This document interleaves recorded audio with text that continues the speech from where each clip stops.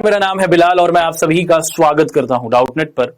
मैं आशा करता हूं कि आप सभी बच्चे अपने घरों में एकदम सुरक्षित हैं, एकदम स्वस्थ हैं और एकदम तंदुरुस्त भी हैं और क्या कर रहे हैं। और आप सभी बच्चे हमारी आज की इस इंटरेस्टिंग, इंपॉर्टेंट, बहुत ही ज्यादा ज्ञानवर्धक और सुपर फैंटास्टिक क्लास का इंतजार कर रहे हैं। हम किन के साथ बात कर रहे हैं? हम बात कर रहे हैं अपनी क्लास 9th के प्यारे बच्चों के साथ। हमारा सब्जेक्ट है सामाजिक अध्ययन और इस सामाजिक अध्ययन विषय में आपने और मैंने अपने अध्याय को शुरू किया है और यह अध्याय है राजनीतिक विज्ञान से संबंधित। हम लोगों ने आप सभी के साथ एक नए अध्याय को शुरू किया था। हमारे इस अध्याय का नाम है चुनावी राजनीति और इस चैप्टर के संदर्भ में आज आप और मैं लेक्चर नंबर 4 कर रहे हैं। इसका मतलब क्या हुआ? इसका मतलब हुआ कि अब तक हम लोग इस चैप्टर का लेक्चर 1, लेक्चर 2 और लेक्चर 3 कर चुके हैं। अपने पिछले लेक्चर्स में हमने सबसे पहले क्या देखा था बच्चों? चुनाव, है ना। इसी के अर्थ को समझने की कोशिश की थी और हमने जाना था कि चुनाव का मतलब होता है चयन। चयन का मतलब क्या होता है? सेलेक्ट करना। कि देश के अंदर क्या है बच्चों? बहुत सारे लोग मौजूद हैं, है ना। देश के ये सभी नागरिक अपने में से कुछ लोगों को चुन लेते हैं और ये चुने हुए लोग क्या करते हैं बच्चों? देश पर शासन करते हैं। और देश पर शासन करने से तात्पर्य है देश को चलाने के लिए कानून बनाते हैं या फिर जो पहले के हमारे क्या है बच्चों कानून बने हैं उनमें बदलाव लाते हैं या फिर उनको परिवर्तित करते हैं। जी हां, आपने ये समझा था। हमने सबसे पहले जब चुनाव के अर्थ को समझा कि चुनाव का मतलब होता है चयन करना, मतलब सेलेक्ट करना, कि देश के लोग ही अपने देश में से कुछ लोगों को चुन लेते हैं और ये चुने हुए लोग ही देश के अंदर शासन करते हैं, देश को चलाने के कानून बनाते हैं या फिर आप कह सकते हैं जो पुराने कानून होते हैं उन कानूनों को परिवर्तित कर देते हैं। आपने अपनी पिछली क्लास के अंदर यह भी जाना था कि जब भी हम लोग देश के अंदर चुनाव की बात करते हैं तो हमारे देश के अंदर चुनाव को कैसे माना जाता है? देश के अंदर चुनाव को उत्सव के तरीके से माना जाता है। उत्सव का मतलब क्या है कि जब देश के अंदर चुनाव आता है, आप हर तरफ देखें, हर गली चौपाल पर, हर घर के अंदर, स्कूल के अंदर, कॉलेजों के अंदर, न्यूज के अंदर आप पाते हैं कि हर व्यक्ति चुनाव की ही बात करता है कि किस उम्मीदवार को ज्यादा वोट मिलेंगे, कौन उम्मीदवार जीत जाएगा, कौन सा उम्मीदवार अच्छा है और कौन सा उम्मीदवार अच्छा नहीं है। हमने जब अपनी पिछली क्लास की थी तो हमें पता चला कि भारत के अंदर ये जो चुनावी प्रक्रिया होती है इसके अंदर कौन लोग भाग लेते हैं। एक वो व्यक्ति जिसकी आयु 16 साल है, क्या एक वो व्यक्ति जिसकी आयु 13 साल है वो भारत के अंदर चुनाव में भाग ले सकता है? आप सभी को पता है कि ऐसा करना बिल्कुल भी संभव नहीं है। वो व्यक्ति जिसकी आयु लगभग 18 साल या फिर 18 साल से बड़ी होती है, चाहे वो युवक हो या फिर युवती हो, और क्या हो बच्चों, वो अगर क्या करना चाहता है, वोट देना चाहता है, तो भारत की सरकार उसे वोट देने का अधिकार देती है। हमने अपनी पिछली क्लास के अंदर इस बात को भी समझा था कि देश के अंदर जो हमारी ये चुनावी प्रक्रिया है इसको बहुत ही सरल रूप से किया जाता है। देश के अंदर चुनाव कराने की जिम्मेदारी चुनाव आयोग की है। अब ये चुनाव आयोग क्या है? इसको समझने का सबसे आसान तरीका है, जैसे आपके राज्यों के अंदर आपके एग्जाम कराने के लिए कक्षा 10वीं, कक्षा 11वीं, कक्षा 12वीं, कक्षा 6ठी, अगर आप किसी भी भारत के एक राज्य में रहते हैं तो आपके राज्य के अंदर आपके राज्य से संबंधित एक शिक्षा का बोर्ड होता है। जैसे बिहार का बिहार बोर्ड, यूपी का यूपी बोर्ड, हिमाचल प्रदेश का हिमाचल बोर्ड और हमारे हरियाणा का हरियाणा बोर्ड, एमपी का एमपी बोर्ड। ये सभी बोर्ड क्या करते हैं?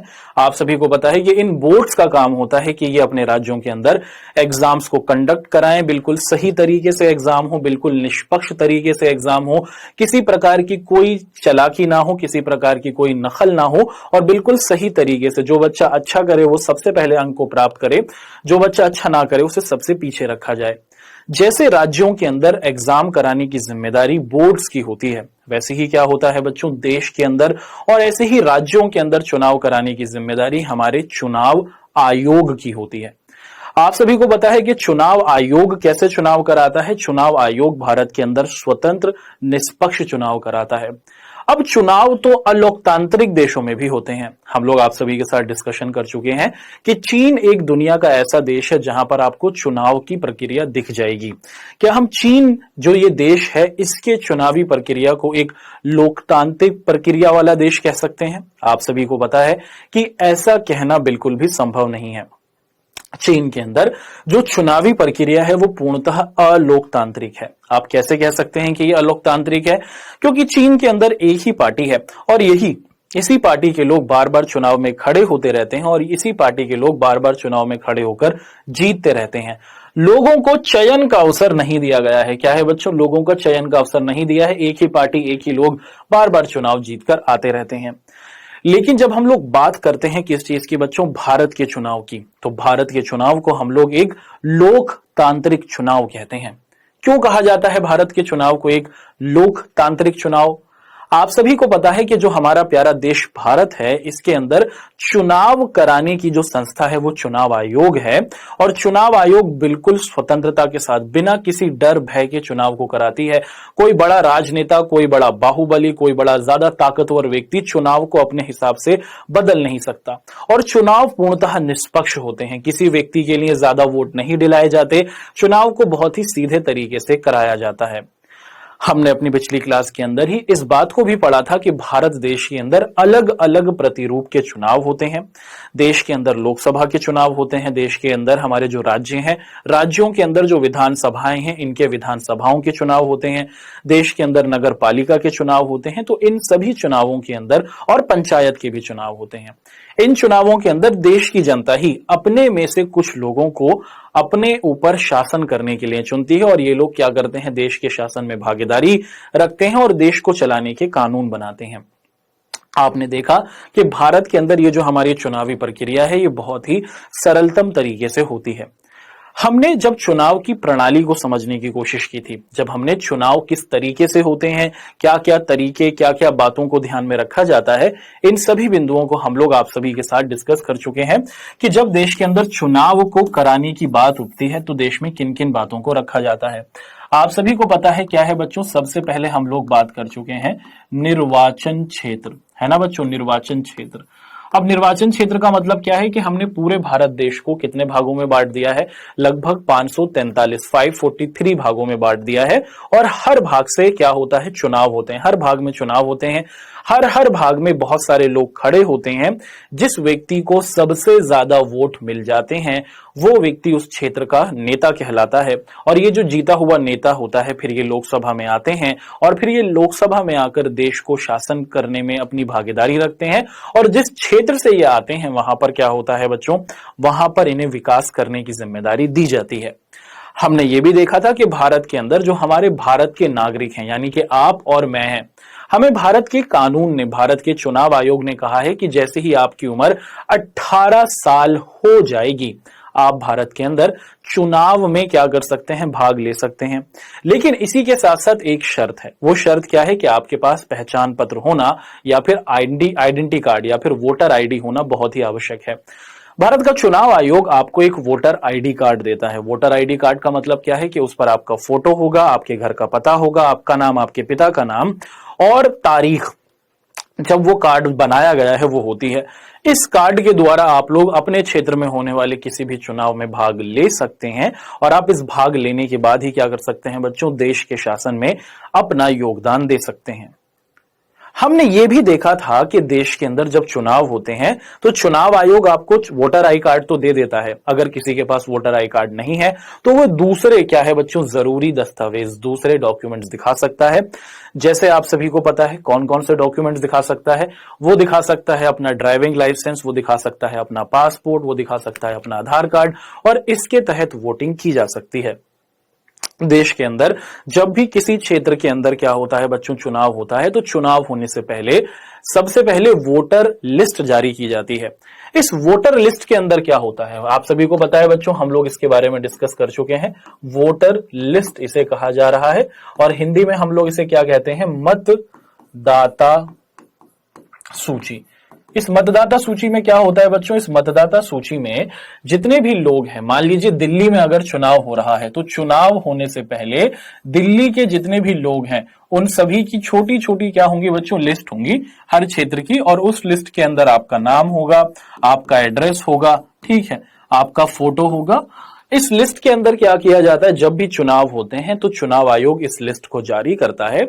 इस लिस्ट में फेरबदल किए जा सकते हैं। हर चुनाव से पहले लिस्ट को जारी करने का कारण यह है क्योंकि हर चुनाव के अंदर परिवर्तन होते हैं। कैसे परिवर्तन होते हैं? बहुत सारी हमारे देश की जनसंख्या 18 साल की हो जाती है, तो इन लोगों के नाम इस लिस्ट में डाले जाते हैं। और बहुत से ऐसे लोग होते हैं जो पिछले चुनाव में थे, अपितु इस चुनाव में वो नहीं है, उनकी मृत्यु हो गई, तो उन लोगों के नाम इस लिस्ट से हटा दिए जाते हैं।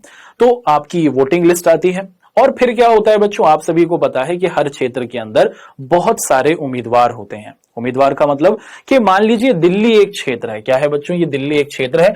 इस दिल्ली पर क्या है बच्चों, नेता बनने के लिए बहुत सारे आपके क्या है बच्चों, बहुत सारे लोग खड़े हुए हैं। ठीक है, मान लीजिए ये आपके 5 लोग खड़े हुए हैं। ए है, बी है, सी है, डी है और ई है। सबसे ज्यादा वोट सी को मिले, लगभग 70% वोट मिल गए सी को, तो सी क्या कहलाएगा बच्चों? सी जीता हुआ उम्मीदवार कहलाएगा। और ये जो जीता हुआ उम्मीदवार होगा ये फिर इस क्षेत्र का नेता कहलाएगा। और ये नेता 5 साल तक इस क्षेत्र के अंदर क्या करेगा? विकास के काम करेगा। जब भी चुनाव होते हैं तो चुनाव से पहले नेता लोगों को, ये जितने लोग खड़े हुए हैं A B C D E, ये लोग क्या करते हैं बच्चों? ये लोग जनता को अपनी ओर आकर्षित करने के लिए जनता से कहते हैं कि आप हमें ज्यादा से ज्यादा वोट दें, आप मुझे जिताएं। तो जनता को अपनी ओर आकर्षित करने के लिए क्या करते हैं बच्चों? ये जनता से लुभावने वादे करते हैं, अपनी बातें बताते हैं कि आप मुझे क्यों चुने, मैं सबसे अच्छा उम्मीदवार क्यों हूं। जनता को जिसकी बातें पसंद आती हैं, जिस उम्मीदवार की विचार, जिस उम्मीदवार के वादे जनता को अच्छे लगते हैं, उस उम्मीदवार को सबसे ज्यादा वोट मिलते हैं। और ये सबसे ज्यादा वोट जो प्राप्त करता है वही व्यक्ति फिर नेता कहलाता है। आपको पता है क्या होता है बच्चों? भारत के अंदर जब हम लोग मतगणना की बात करते हैं, मतगणना का मतलब क्या है? मतगणना का मतलब है वोटों की गिनती। भारत में पुराने समय के अंदर, आजादी के बाद अगर हम देखें तो उस समय हम लोग क्या करते थे? पर्ची पर मोहर लग लग कर क्या होता था बच्चों? चुनाव होते थे। लेकिन फिर भारत के अंदर परिवर्तन आया और फिर हमने ईवीएम, इलेक्ट्रॉनिक वोटिंग मशीन के द्वारा मतगणना करनी शुरू की, यानी कि चुनाव कराना शुरू किया। अब इस ईवीएम के क्या क्या फायदे हैं? आप सभी को पता है कि ईवीएम को एक स्थान से दूसरे स्थान तक ले जाना आसान है। ईवीएम के द्वारा जो जालसाजी पहले मोहर लगाकर की जाने वाले चुनाव में होती थी, ईवीएम के द्वारा ऐसा नहीं होता है। ईवीएम से हम जल्दी जल्दी क्या कर सकते हैं बच्चों? निर्णय निकाल सकते हैं। जब हमारे पास पर्चियों से हम चुनाव कराते थे तो बहुत ही लंबी प्रक्रिया होती थी, बहुत सारे संसाधनों को लगाना पड़ता था, एक एक कर हर चीज को गिनना पड़ता था और वो बहुत जटिल प्रक्रिया थी। लेकिन ईवीएम के आ जाने से बस एक बटन दबाइए, आपको टोटल क्या मिल जाते हैं? वोट मिल जाते हैं। भारत के अंदर और दुनिया के बहुत से देशों के अंदर आप लोग देखते हैं कि ईवीएम के साथ क्या किया जाता है बच्चों? चुनाव को किया जाता है और कराया जाता है। तो ये तो हमने आप सभी के साथ जो अपने पिछले बिंदु पढ़े थे इस चैप्टर से संबंधित लेक्चर 1, 2, 3 में, उन सभी बिंदुओं को आपके सामने रखा। आज की क्लास में आप और मैं क्या डिस्कशन करने वाले हैं? हमारी आज की क्लास आपके एग्जाम के संदर्भ में बहुत ज्यादा इंपॉर्टेंट है क्योंकि इस टॉपिक से बहुत सारे सवाल पूछे जाते रहे हैं। हम एक एक कर आप सभी के सामने आज की क्लास से संबंधित बिंदुओं को रखेंगे। आज की क्लास में सबसे पहले हम लोग किस बात का अध्ययन करेंगे? What will we learn today? आज की क्लास में सबसे महत्वपूर्ण बिंदु हम लोग जानेंगे कि भारत के अंदर ये जो चुनाव होते हैं इसमें लोगों की भागीदारी कैसी होती है, जनता कितने प्रतिशत, कितने उत्साह के साथ इसमें भाग लेती है। क्या भारत के हर क्षेत्र के लोग, अमीर लोग, गरीब लोग, मध्य वर्गीय लोग चुनाव में भाग लेते हैं? क्या सभी लोगों को चुनाव में भाग लेने में मजा आता है? देश के अंदर वो कौन सा हमारा सामाजिक समूह है जो सबसे ज्यादा चुनाव में भाग लेता है, उसके बारे में हम लोग जानेंगे। और फिर ये जानेंगे कि ये जो हम स्वतंत्र और निष्पक्ष चुनाव की बात कर रहे हैं कि भारत के अंदर हमारा जो चुनाव आयोग है वो स्वतंत्र चुनाव कराता है और बिना किसी भेदभाव के चुनाव होता है, क्या इसके समक्ष कोई चुनौतियां हैं? जी हाँ, बहुत सारी चुनौतियां हैं भारत के अंदर स्वतंत्र और निष्पक्ष चुनाव के संदर्भ में। वो कौन सी चुनौतियां हैं? भारत का चुनाव आयोग किन किन चुनौतियों का सामना करता है? इन चुनौतियों को हरा पाना क्या संभव है? अगर हरा पाना संभव है तो कैसे इसको हराया जा सकता है? यही हम लोग डिस्कशन करेंगे। चलिए जी शुरू करते हैं। आज की क्लास का हमारा सबसे पहला बिंदु लिखा है लोगों की भागीदारी। हम लोग ये देख रहे हैं हमारे इस क्लास में कि देश के अंदर चुनाव हुए। अब इस चुनाव के अंदर जो देश के अंदर हमारे अलग अलग सामाजिक समूह हैं, अमीर लोग, मध्य वर्गीय लोग, गरीब लोग, ऐसे ही हमारे वो लोग जो निम्न जाति के हैं, वो जो अनुसूचित जाति के हैं, वो और उनके समाज किस प्रकार से देश के अंदर चुनाव में रुचि रखता है, इसको समझने की कोशिश करते हैं। आप देखिए बच्चों, आम धारणा के अनुसार, देश के अंदर आम सोच के अनुसार, धारणा का मतलब होता है सोच, देश के अंदर जो हमारी आम सोच है क्या है बच्चों, भारत के चुनावों में लोगों की भागीदारी बढ़ती जा रही है। अब जब हर साल होता है, देखिए क्या देश के अंदर हर व्यक्ति, मान लीजिए अगर 100 व्यक्ति हैं, क्या 100 के 100 लोग चुनाव में भाग लेते हैं? ऐसा नहीं होता है। चुनाव के दिन देश की सरकार छुट्टी करती है, सरकारी छुट्टी होती है। जितने भी संस्थान होते हैं, चाहे वो प्राइवेट हो चाहे वो सरकारी हो, सभी संस्थानों को बंद किया जाता है। इसके पीछे कारण यह है ताकि हर व्यक्ति चुनाव में भाग ले।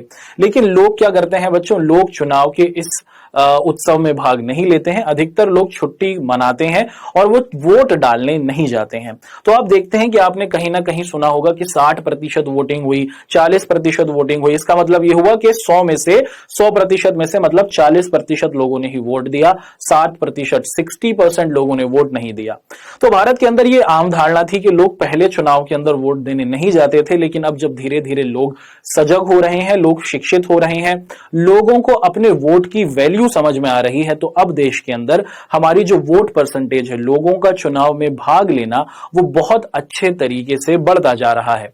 देखिए 2013 के आपके सामने एक आंकड़े रखे गए कि 2013 में भारत के 4 राज्यों के अंदर विधानसभा चुनाव हुए और यहां पर जो वोटर टर्नआउट था वो क्या था बच्चों, वो निर्वाचन क्षेत्रों में 80% तक पहुंचा। तो भारत के अंदर 2013 में 4 राज्यों के अंदर आपको चुनाव होते हुए दिखते हैं और इन 4 राज्यों के अंदर जो बहुत सारे क्षेत्र थे, राज्यों के अंदर भी निर्वाचन क्षेत्र होते हैं, अलग अलग इलाके होते हैं। जैसे यूपी आपका एक बहुत बड़ा राज्य है, यूपी के अंदर आपको अलग अलग क्षेत्र दिख जाएंगे, लखीमपुर खीरी, गोरखपुर, ठीक है, अलग अलग क्षेत्र आपको दिख जाते हैं। तो इनके अंदर जब चुनाव हुए तो आपने देखा कि यहां पर 80% से भी ज्यादा लोगों ने वोट दिया है। तो धीरे धीरे आप देख रहे हैं कि लोगों की रुचि आपके क्या है बच्चों, चुनाव की ओर, आपके इलेक्शंस की ओर बढ़ती जा रही है।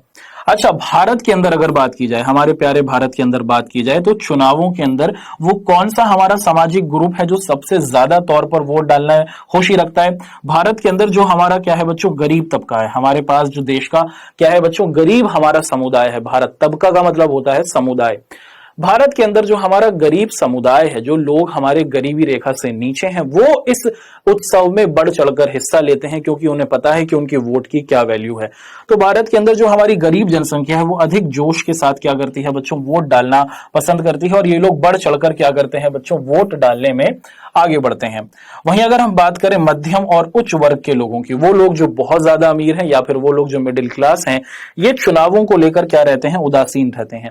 इनकी ज्यादा रुचि नहीं रहती। ये चुनाव वाला जो दिन होता है उसको ये छुट्टी के तौर पर देखते हैं और ये वोट डालने नहीं जाते। तो अधिकतर आप जो देखते हैं, जो परसेंटेज हैम्पर होती है, परसेंटेज जो प्रभावित होती है चुनाव की, वो इन्हीं लोगों के द्वारा होती है। देखिए ये गलत बात है। देश आपको अवसर देता है कि आप अपने देश के अंदर एक ऐसे व्यक्ति को चुने जो आपको एक अच्छा अवसर दे। लोग क्या करते हैं, लोग चुनाव वाले दिन तो जाते नहीं है और फिर अगर कोई गलत उम्मीदवार चुन लिया जाता है तो फिर 5 साल तक उसको क्या करते रहते हैं, बर्दाश्त करते हैं। तो जब आप 18 साल के हों या फिर जब आपके आसपास के क्षेत्र में विधानसभा, उसी के साथ लोकसभा, पंचायत या फिर नगर पालिका का चुनाव हो, तो आप स्वयं भी और अपने माता पिता को भी, अपने सगे संबंधियों को भी, अपने दोस्तों को भी चुनाव में जरूर भेजें, वोट डालने के लिए जरूर भेजें, क्योंकि आपके एक वोट की वैल्यू बहुत ज्यादा है। भारत के निर्माण में आपका बहुत बड़ा योगदान है। अगर आपके एक वोट से एक सही उम्मीदवार चुन लिया गया तो उससे देश आगे बढ़ेगा और अगर आपके वोट ना डालने से किसी दूसरे गलत व्यक्ति का चयन हो गया तो देश को पीछे ले जाने में आपका योगदान होगा। तो हमेशा याद रखिए, सोच समझकर आप हमेशा क्या कीजिए बच्चों, वोट दीजिए। उस उम्मीदवार को चुनिए जो उम्मीदवार असली विकास की बात करे। ठीक है, चलिए जी, अभी तक तो हमने जाना कि लोगों की भागीदारी किस प्रतिरूप में रहती है, लोग कैसे भारत के अंदर चुनावों में अपनी रुचि रखते हैं। आपने पाया कि भारत के अंदर जो हमारे अमीर लोग हैं वो क्या करते हैं बच्चों, उनकी रुचि मुख्य तौर पर चुनाव में कम होती है, अपितु जो हमारा गरीब समाज है वो ज्यादा इंटरेस्ट रखते हैं चुनाव के अंदर। बढ़ते हैं आगे, कुछ और महत्वपूर्ण बातें हैं वो भी आप सभी के समक्ष रख देते हैं। देखिए मैंने आपको बताया था ना कि चुनाव जब होता है तो आपके पास पहचान पत्र होना चाहिए। देखिए यहाँ पर इस बच्चे के पास पहचान पत्र है और उसी के साथ मतदाता सूची। तो जब आप इलेक्शन के लिए जाते हैं, जब आप वोट डालने के लिए जाते हैं, तो आपको इन दोनों चीजों को अपने साथ लेकर जाना होता है। अब आगे की बात कर लेते हैं, क्या है बच्चों, लेकिन अगर हम हाल के विधानसभा चुनावों की बात करें, अभी आसपास के चुनावी समय की बात करें, तो विधानसभा चुनाव में, विधानसभा चुनाव का मतलब क्या होता है आप सभी को हम बता चुके हैं कि हर राज्य के अंदर अपनी विधानसभा होती है और ये विधानसभा अपने राज्य को आगे बढ़ाने की कोशिश करती है। विधानसभा का मतलब क्या है, राज्य की सरकार, राज्य की सरकार है ना, राज्य की सरकार। जैसे पूरे देश को आगे बढ़ाने की जिम्मेदारी केंद्र सरकार की होती है, वैसे ही क्या है बच्चों, राज्यों को आगे बढ़ाने की जिम्मेदारी राज्य सरकार की है। जैसे यूपी को बढ़ाने की जिम्मेदारी यूपी सरकार की है, एमपी को बढ़ाने की जिम्मेदारी एमपी सरकार की है, बिहार को विकसित करने की जिम्मेदारी बिहार सरकार की है। केंद्र सरकार की तो है ही, लेकिन मुख्य तौर पर राज्यों के अंदर जो सरकारें होती हैं वो अपने राज्यों को बेहतर से बेहतर करना चाहती हैं। अब आप ध्यान से देखिए, यहां पर लिखा है कि हाल के समय में विधानसभा चुनावों में मध्यम और उच्च वर्ग के लोग भी क्या कर रहे हैं, अच्छी संख्या में निकल रहे हैं। अगर आप लोग साल 2019 के लोकसभा चुनाव देखें, 2018 के अलग अलग विधानसभाओं के चुनाव देखें, तो आप देखेंगे कि अब लोग समझदार बन रहे हैं। भारत में मुख्य तौर पर हमारा जो गरीब समुदाय था, जो हमारा देहात का समुदाय था, ग्रामीण क्षेत्रों में रहने वाले लोग थे, आप गांव में जाकर देखेंगे तो आपको सच में लगेगा कि ये इलेक्शन नहीं, ये त्योहार हो रहे हैं। लोग बहुत ही उत्साह के साथ क्या करते हैं बच्चों, चुनाव के अंदर अपनी रुचि रखते हैं। लेकिन ये जो सोच थी कि सीरियस होकर आपको वोट देनी है, अब ये सोच भारत के बड़े बड़े शहरों में, बड़े बड़े उद्योगपतियों में, अमीर घरों में और उसी के साथ साथ मध्यम घरों में भी फैल रही है। आप देख पा रहे हैं कि 2017, 18, 19 के जो अलग अलग विधानसभा या फिर 19 के जो लोकसभा चुनाव हुए हैं, उसके अंदर गरीब लोगों के साथ साथ, हमारे गरीब समुदाय के साथ साथ जो मध्यम वर्ग है, भारत का जो मिडिल क्लास समूह है वो भी, और उसी के साथ साथ जो हमारा उच्च वर्ग है, हमारा एलीट वर्ग है, जो हमारा अमीर समुदाय है, उन लोगों की भी परसेंटेज बढ़ी है, प्रतिशत बढ़ा है भारत के अंदर चुनाव में भाग लेने में। जब लोग चुनावी प्रक्रिया में सक्रिय रूप से हिस्सा लेते हैं, जब देश के नागरिक चुनाव जो देश के अंदर होते हैं, चाहे वो किसी भी प्रकार का हो, चाहे वो लोकसभा का हो, चाहे वो विधानसभा का हो, चाहे वो पंचायत का हो, चाहे वो नगर पालिका का हो, जब देश के अंदर रहने वाली जनसंख्या उस देश के अंदर कराए जाने वाले चुनावों में भाग लेती है, तो क्या होता है बच्चों, तो ये किसी भी लोकतंत्र के जीवित रहने की क्या है, निशानी है। भाई हम भारत को लोकतंत्र क्यों कहते हैं? आप भारत को लोकतंत्र क्यों कहते हैं? क्योंकि भारत के अंदर हम अपने में से ही कुछ लोगों को क्या करते हैं बच्चों, चुनाव में खड़ा कर कर अपना उम्मीदवार बनाकर अपने में से चुनकर उनको देश को चलाने के लिए भेजते हैं। मान लो कि देश के अंदर चुनाव में कोई भाग ही नहीं ले रहा, लोग वोट देने नहीं जा रहे, क्या हम देश को उस समय लोकतांत्रिक कहेंगे? नहीं।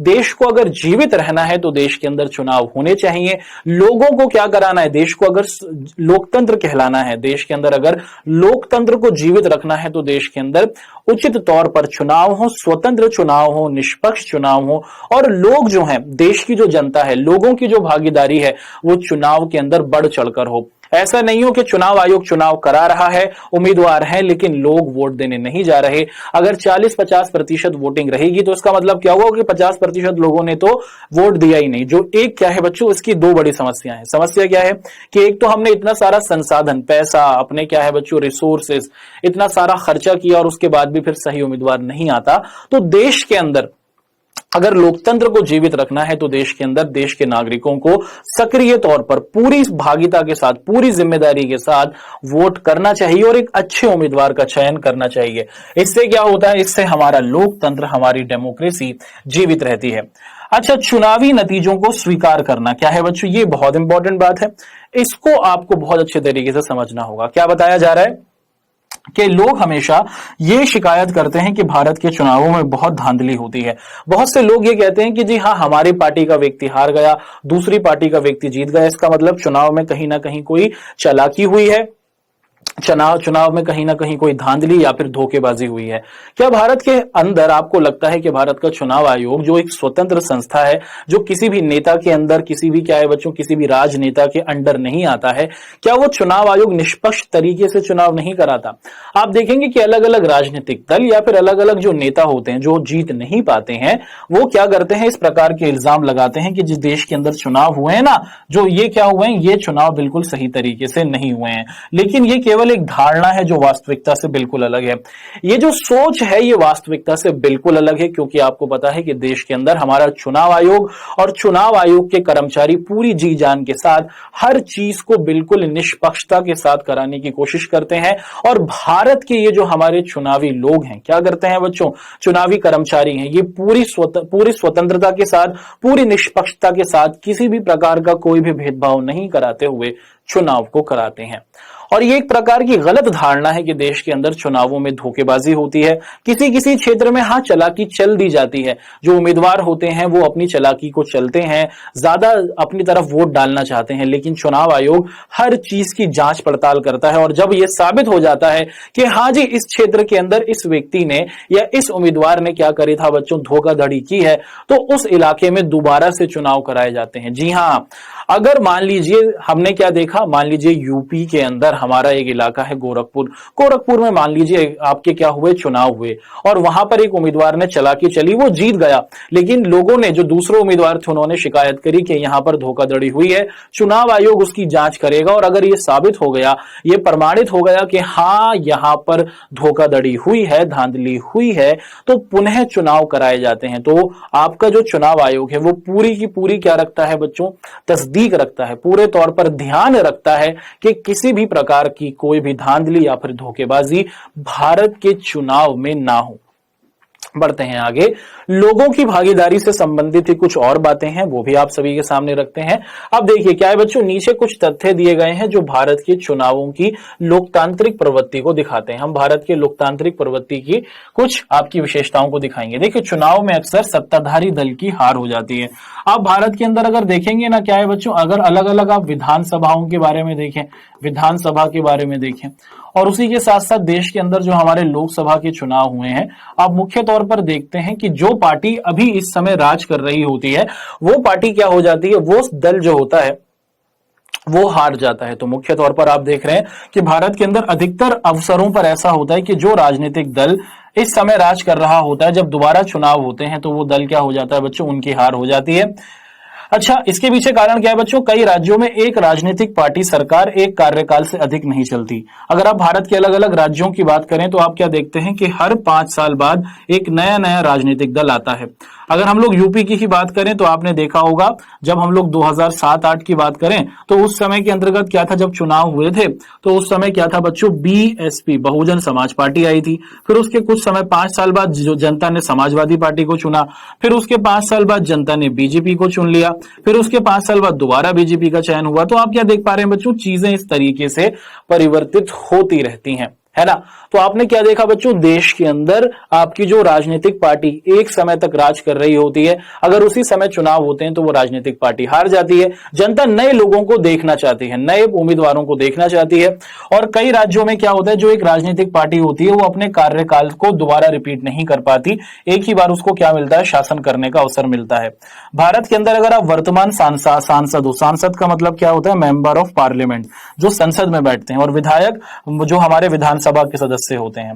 भारत के अंदर जो हमारे वर्तमान सांसद और विधायक हैं, इनमें से क्या होता है बच्चों, अधिकतर को चुनाव में हार का सामना करना पड़ता है। अब भारत के अंदर अभी मान लीजिए 2021 है, चुनाव करा दिए जाएं, तो क्या आपको लगता है कि जनता इन्हीं नेताओं को दोबारा चुनेगी? नहीं, जनता नेताओं से कहीं ना कहीं परेशान होती है। जो शासक होते हैं वो सही तरीके से काम नहीं कर रहे होते हैं। अगर सही तरीके से कर रहे होते हैं तो वो जीत जाते हैं, अपितु अगर वो सही तरीके से काम नहीं करते, जो वादे, लुभावने वादे उन्होंने अपनी जनता से किए हुए होते हैं, अगर वो लुभावने वादे जनता से पूरे नहीं हुए होते हैं, तो जनता क्या करती है बच्चों, आप सभी को पता है कि उन्हें चुनाव में हरा देती है। जनता दूसरे व्यक्ति को चुन लेती है और उस व्यक्ति को क्या कर देती है बच्चों, हरा देती है। अब आप क्या देखते हैं बच्चों, कई धनी और बाहुबली नेता भी चुनाव हार जाते हैं। अब आप क्या देखेंगे बच्चों कि बहुत से जो धनी लोग होते हैं, भारत के वो क्षेत्र जो मुख्य तौर पर ग्रामीण हैं, उन क्षेत्रों के अंदर अगर आप देखते हैं तो वहां पर बाहुबली का मतलब क्या होता है, एक ऐसा व्यक्ति क्या होता है बच्चों, जो जिसकी छवि अच्छी नहीं होती है, जिसकी छवि समाज में अच्छी नहीं होती है, वो बदमाश प्रवृत्ति का होता है और फिर वो नेता बनना चाहता है, उसको आप लोग बाहुबली कहते हैं। कि कोई ऐसा व्यक्ति जिसकी छवि समाज के अंदर अच्छी नहीं है, वो समाज में अच्छा नहीं माना जाता है, वो चुनाव में खड़ा हो रहा होता है, लेकिन जनता क्या करती है बच्चों, उसको भी हरा देती है, क्योंकि असली पावर जनता के पास है ना। तो जो धनी लोग होते हैं वो भी हार जाते हैं। देखिए पैसा भी आपको चुनाव नहीं जिता सकता, आपकी जो क्या होती है, आपकी जो पावर होती है, अगर आप किसी को डरा धमका कर जिताना चाहें तो जो बहुत से बाहुबली नेता होते हैं वो भी क्या हो जाते हैं, हार जाते हैं। जब चुनाव के परिणाम आते हैं, जब चुनाव के परिणाम यानी कि चुनाव हुआ और चुनाव के बाद रिजल्ट आया, तो आप क्या देखते हैं, अक्सर हारने वाली पार्टियां उस जनता का आदेश मानकर स्वीकार कर लेती हैं, है ना। अगर आप भारत के अंदर देखें बच्चों, सबसे महत्वपूर्ण बात यह है कि चुनाव हुआ, चुनाव के बाद रिजल्ट आया और मान लीजिए कोई पार्टी हार गई या फिर कोई उम्मीदवार हार गया, तो वो जनता के आदेश को क्या करता है, स्वीकार करता है। वो जनता की बात को सम्मान देता है कि हाँ, शायद मुझ में ही कोई गलती थी, हमने एक सही तरीके से काम नहीं किया, हमारे वादे ऐसे थे जो जनता को पसंद नहीं आया। आप नहीं देखेंगे कि भारत के अंदर लोग क्या कर रहे हैं बच्चों, बड़े स्तर पर विरोध कर रहे हैं, ठीक है। अगर किसी ने धोखाधड़ी की होती है तब तो राजनीतिक दल बात करते हैं, लेकिन चुनाव के संदर्भ में जो रिजल्ट आता है उस रिजल्ट को सभी क्या करते हैं बच्चों, सम्मान पूर्वक मानते हैं। तो अगर आप देखें कि जितने भी आपके क्या रहेंगे बच्चों, बाहुबली नेता होते हैं, वो क्या कर लेते हैं बच्चों, उनके जीतने में उनकी जो शक्ति होती है वो साथ नहीं देती, जनता ही असली शक्ति धारक होती है और जनता ही अपने हिसाब से सब चीजों को लेकर चलती है। चुनाव हुआ, चुनाव हो जाने के बाद आपने देखा कि कोई राजनीतिक दल हार गया, तो जो हारने वाला दल था वो जनता की बातों को स्वीकार करता है और सब कुछ सामान्य तरीके से चलता रहता है, किसी प्रकार की कोई परेशानी नहीं होती है। जो जीते हुए लोग होते हैं वो देश के शासन में आ जाते हैं और फिर वो देश के शासन को आगे बढ़ाते हैं। तो यहां पर तो हमने जाना कि लोगों की भागीदारी भारत के चुनाव में किस प्रकार रहती है, भारत के अंदर मुख्य तौर पर किस किस समाज के लोग कैसे कैसे कितने स्तर पर चुनाव में भाग लेते हैं। बढ़ते हैं आगे और यहां पर देखते हैं कि जब भारत के अंदर स्वतंत्र बिल्कुल आजादी के साथ और उसे ही बिना किसी भेदभाव के चुनाव कराने की बात आती है, तो हमारे चुनाव आयोग के समक्ष किस प्रकार की समस्याएं आ सकती हैं, हमारा चुनाव आयोग किस किस प्रकार की समस्याओं से क्या करता है बच्चों, दो चार होता है, कैसे हमारा चुनाव आयोग इन समस्याओं से लड़ता है, यही समझने की कोशिश करते हैं।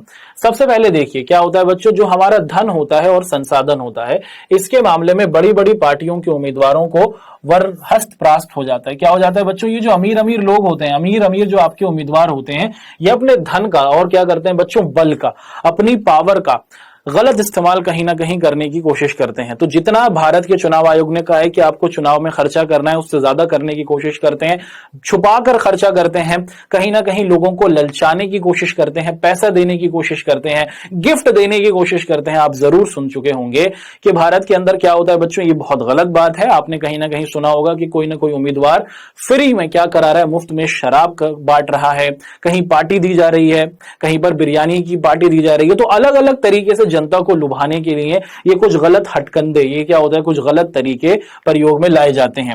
अच्छा क्या होता है बच्चों, जो बड़े बड़े उम्मीदवार होते हैं वो तो इस तरीके से जनता को अपनी ओर आकर्षित करने की कोशिश करते हैं, और जो हमारी छोटी पार्टियां होती हैं या फिर वो लोग जो अकेले लड़ रहे होते हैं, उनको लोग क्या मिलता है बच्चों, उनको बराबरी का अवसर नहीं मिलता। भाई जो बड़े लोग हैं, जो बड़ी बड़ी पार्टियों में हैं, ये तो अपने धन का ये तो धन का दुरुपयोग कर रहे हैं। वहीं जो हमारी छोटी पार्टी या फिर वो व्यक्ति जो निर्दलीय है, निर्दलीय का मतलब क्या हुआ, जो अकेला लड़ रहा है, जो किसी भी पार्टी से टिकट नहीं प्राप्त कर पाया है, उन लोगों के लिए बराबरी करना मुश्किल हो जाता है, क्योंकि जनता कहीं ना कहीं उनको वोट देगी जहां पर उनको छोटे मोटे फायदे दिख रहे होते हैं। अच्छा, कुछ निर्वाचन क्षेत्रों में क्या होता है बच्चों, जो आपराधिक पृष्ठभूमि के उम्मीदवार होते हैं उनका बोलबाला होता है। आप देखेंगे कि भारत के बहुत से राज्यों में आप देखते हैं कि ऐसे क्षेत्र हैं जहां पर आप पाते हैं कि जो आपराधिक प्रवृत्ति के लोग हैं, यानी कि जो क्या है बच्चों, बदमाश प्रवृत्ति के लोग हैं, जो बदमाश हैं मुख्य तौर पर, जिनसे जनता परेशान है, वो राजनीति में आते हैं या फिर अपने लोगों को राजनीति में आगे बढ़ने का अवसर कहीं ना कहीं देते रहते हैं। ठीक है, कई पार्टियों में क्या होता है बच्चों, कई पार्टियों में कुछ चुनिंदा परिवारों का ही दबदबा रहता है। आप भारत के अंदर बहुत से ऐसे राजनीतिक दलों में पाएंगे जहां पर एक परिवार के अंदर ही दूसरा, एक परिवार के अंदर एक बार नेता बन गए, फिर उन्हीं के बच्चे दोबारा नेता बनते रहते हैं, दूसरों को अवसर नहीं मिलता। क्या मिलता है बच्चों, दूसरों को अवसर नहीं मिलता। इससे नए लोगों को राजनीति में आना मुश्किल हो जाता है। देखिए, एक पिताजी क्या हुए बच्चों, एक बार इनकी माताजी राजनीति में आ गई, तो फिर इनके बच्चे भी राजनीति में आ गए, क्योंकि इनके पति भी राजनीति में थे, फिर इनके पति के माताजी वो भी राजनीति में थे। तो क्या होता है, एक परिवार क्या हुआ बच्चों, राजनीति में आ गया, तो फिर वो अपने ही लोगों को राजनीति में लाता रहता है। इससे जो नए लोग होते हैं वो राजनीति में आना उनके लिए मुश्किल हो जाता है। और क्या होता है बच्चों, जो मुख्य राजनीतिक पार्टियां होती हैं और जो उनकी नीतियां और कार्यक्रम होते हैं वो एक दूसरे से मिलती जुलती रहती हैं, इसलिए मतदाताओं को सही विकल्प नहीं मिल पाते। क्या होता है बच्चों, मुख्य तौर पर अगर आप देखें तो चुनाव के अंदर जो लोग हों, जो वोट देने वाले लोग हों, जो मतदाता हों, उन्हें किस बात का ध्यान रखना चाहिए, उन्हें यह ध्यान रखना चाहिए, आपके जो मतदाता हो उन्हें इस बात का ध्यान रखना चाहिए कि वोट जो हो वो किस पर हो, वो वादे के ऊपर हो, कि जो व्यक्ति अच्छी बातें कह रहा है, जो सच में वादों को पूरा करा सकता है, आप उस व्यक्ति को वोट दें। आप क्या हो बच्चों, ये जो लुभावने तरीके हैं कि आप गिफ्ट दे रहे हैं, स्वतंत्र चुनाव नहीं होने दे रहे हैं, इन बातों में नहीं पड़े और क्या करें, देश को ध्यान में रखते हुए वोट करें। और इस प्रकार की ये जो समस्याएं हैं कि एक ही परिवार के लोग बार बार चुनाव में आ रहे हैं, गलत लोगों का चुनाव में शामिल होना हो रहा है, आपराधिक प्रवृत्ति के लोग चुनाव में आ रहे हैं, जनता के पास पावर है, वो क्या करे, वो चुनाव में आपराधिक प्रवृत्ति के लोगों को वोट ही नहीं दे, तो क्या होगा बच्चों, वो जीत ही नहीं पाएंगे। बिना किसी भय के, बिना किसी डर के अगर लोग इस प्रकार से काम करें तो आप देखते हैं कि भारत के अंदर ये जो चुनाव संबंधी समस्याएं हैं ये पूर्णतः हट सकती हैं। चलिए जी, अब आप सभी को लेके चलते हैं हम लोग अपनी क्लास के 1 मिनट रिवीजन की ओर। डिस्कशन करते हैं कि आज की क्लास में हम लोगों ने किन महत्वपूर्ण बिंदुओं को पढ़ा। हमने सबसे पहले लोगों की भागीदारी ये देखने की कोशिश करी कि भारत के अंदर क्या होता है बच्चों, चुनाव जो है वो किस स्वरूप में किया जाता है। भारत के अंदर चुनाव का जो हमारा समाज है ना बच्चों, हमारा जो सामाजिक अलग अलग ग्रुप हैं वो किस प्रकार से चुनाव में भाग लेते हैं। भारत के अंदर जो हमारा गरीब वर्ग है वो सबसे ज्यादा चुनाव में भाग लेता आ रहा है, मगर हमारा जो मध्यम वर्ग है यानी कि मिडिल क्लास और हमारा जो अमीर वर्ग है, संपन्न परिवार है, वो चुनावों में ज्यादा बड़े स्तर पर भाग नहीं लेते हैं। फिर आप इन्हें ये देखा कि क्या हुआ बच्चों, लेकिन वर्तमान स्वरूप में चीजें बदल रही हैं। 2013 के आपने चुनाव के आंकड़ों को देखा था जहां पर 80% से ज्यादा लोगों ने चुनाव में भाग लिया। वर्तमान चुनाव की बात करें तो भारत के अब मध्यम वर्ग और अमीर वर्ग के लोग भी चुनाव में भाग ले रहे हैं, जो एक प्रकार से क्या है बच्चों, भारत के लोकतंत्र के लिए एक अच्छी बात है। क्योंकि जिस देश के अंदर उस देश की अधिकतर जनसंख्या चुनाव में भाग लेगी तो उस देश के अंदर लोकतंत्र जीवित रहेगा, और लोकतंत्र जीवित रहेगा तो हमारा देश वास्तविकता में आगे बढ़ेगा। फिर हम लोगों ने यह समझने की कोशिश की कि जब हमारे देश के अंदर क्या कराना होता है, चुनाव कराना होता है, स्वतंत्र और निष्पक्ष, बिना किसी डर के और क्या है, बिना किसी भेदभाव के चुनाव कराना होता है, तो क्या क्या समस्याएं आती हैं। वो लोग जिनको हम लोग बाहुबली कहते हैं, है ना, वो लोग जो आपराधिक प्रविष्टि के होते हैं या फिर आपराधिक प्रवृत्ति के होते हैं, वो राजनीति में आना चाहते हैं।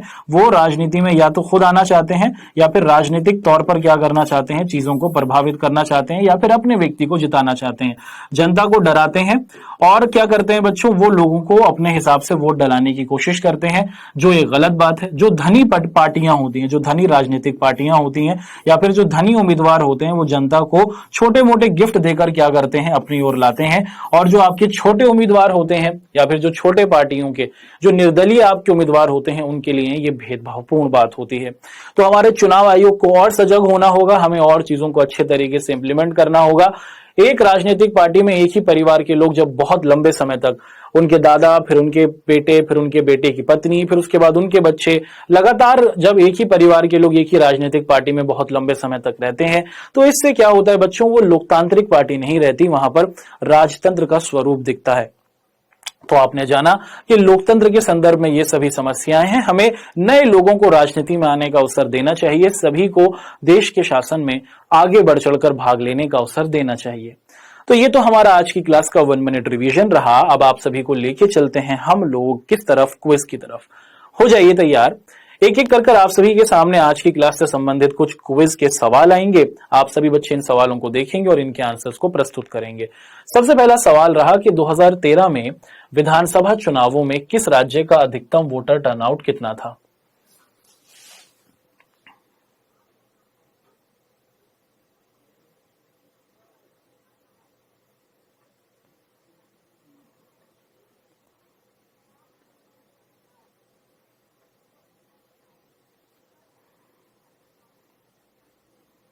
बढ़ते हैं आगे। अगला सवाल आप सभी के सामने रखा गया है कि चुनाव किस प्रकार लोकतांत्रिक बनता है?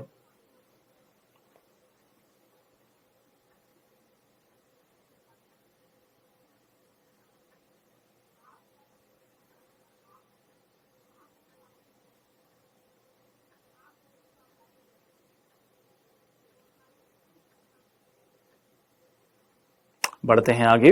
अगला सवाल देखिए कि एमएलए कौन होता है? विधानसभा के सदस्य, विधान परिषद के सदस्य, लोकसभा के सदस्य या फिर राज्यसभा के सदस्य?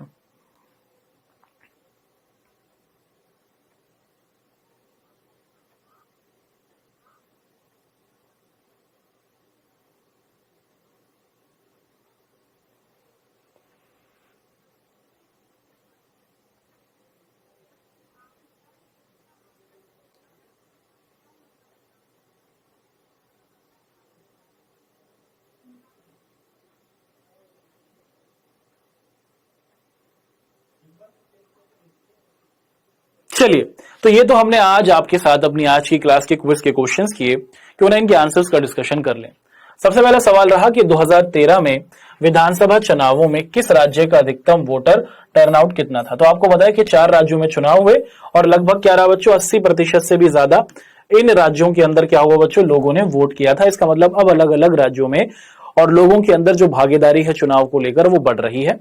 अगला सवाल था कि चुनाव किस प्रकार लोकतांत्रिक बनते हैं, जब लोगों के पास चयन का अधिकार होता है, उनके पास अलग अलग उम्मीदवार होते हैं और वो जिस उम्मीदवार को चुनना चाहें उसको चुने, उनको आजादी दी जाती है, जिसको चुनना चाहें उसको चुन सकते हैं, स्वतंत्रता एवं निष्पक्षता उनके पास होती है, यानी कि स्वतंत्र चुनाव हो और भेदभावपूर्ण चुनाव ना हो। इसका मतलब उपयुक्त सभी तरीकों से देश के अंदर चुनाव लोकतांत्रिक बनते हैं। तीसरा सवाल था कि एमएलए कौन होते हैं। इन्हें अंग्रेजी में एमएलए और हिंदी में इनको विधायक कहा जाता है। एमएलए की फुल फॉर्म होती है मेंबर ऑफ लेजिस्लेटिव असेंबली।